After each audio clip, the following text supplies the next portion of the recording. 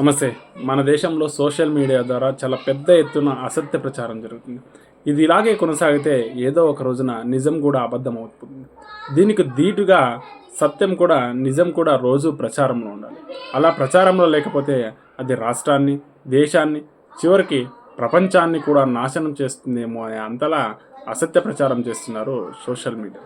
మన దేశంలో ఏంటంటే దౌర్భాగ్యం ఏంటంటే, ఒక సత్యం కంటే, ఒక మంచి కంటే ఒక అబద్ధం ఎక్కువగా సోషల్ మీడియాలో స్ప్రెడ్ అవుతుంది. ఎక్కువ ప్రచారం జరుగుతూ ఉంది కాబట్టి దానికి ఎవరైతే సోషల్ మీడియా వాళ్ళు ఉన్నారో వాళ్ళు ఎక్కువ అసత్య ప్రచారం చేయడానికే ఇష్టపడతారు తప్ప ఒక నిజాన్ని ప్రచారం చేయడానికి ఇష్టపడరు.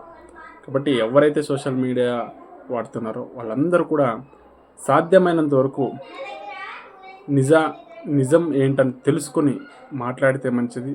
నిజాన్ని తెలుసుకొని ప్రచారం చేస్తే మంచిదని నా అభిప్రాయం. Thank you.